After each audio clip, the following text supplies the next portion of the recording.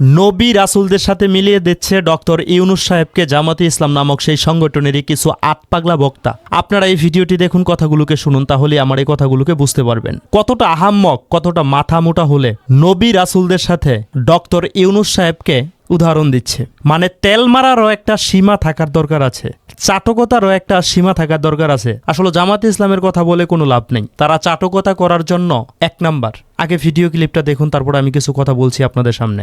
নবী যেমন চুজ করে আল্লাহ পাঠান, কোনো ভোটাভুটি করেন না, ওনার পছন্দ ওনার বান্দারা পছন্দ করবেই, পছন্দ করে একজন দুজন না 1,24,000 নবী চুজ করেছেন। কাউকে জিজ্ঞাসা করেছেন ইউনূস সাহেব এই পদ্ধতিতে আসছে, আপনি ইউনূস সাহেবকে ক্ষমতাচ্যুত করে আনা হবেই তো আপনার জন্য।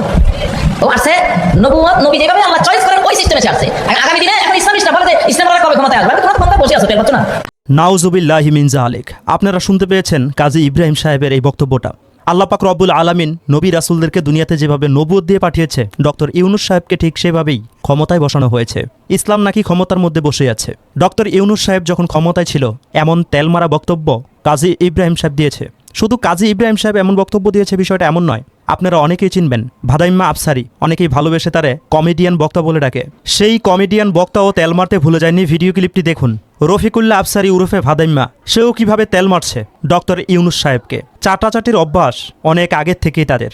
আমার মনে হয় তাদের হাতে যদি আরও সময় সুযোগ থাকতো, ডক্টর ইউনূস সাহেবকে এমন আছে নবী রাসূলও বানিয়ে ফেলতো। কারণ তারা তো নামদারি মুসলমান, তারা দুনিয়াতে রাজত্ব করার জন্য সবকিছু করতে পারে।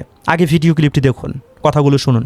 আল্লাহ শিক্ষার্থী গো, আল্লাহ ডক্টর ইউনূস সাহেবের জীবদ্দশা এই বাংলার জমিনে নির্বাচন দিও না। এই নিয়ামত তুমি আমাদেরকে দিছো, এই নিয়ামত তুমি ছিনে নিও না। আল্লাহ আল্লাহ তাকে নেখায়া দাও। তাকে আলিম নামদারি ওয়াইজরা নবী তুল্য ঘোষণা করেছে। এখন ইউনূসের গালে জুতা পড়ার আগে ওদের গালে জুতা পড়া উচিত।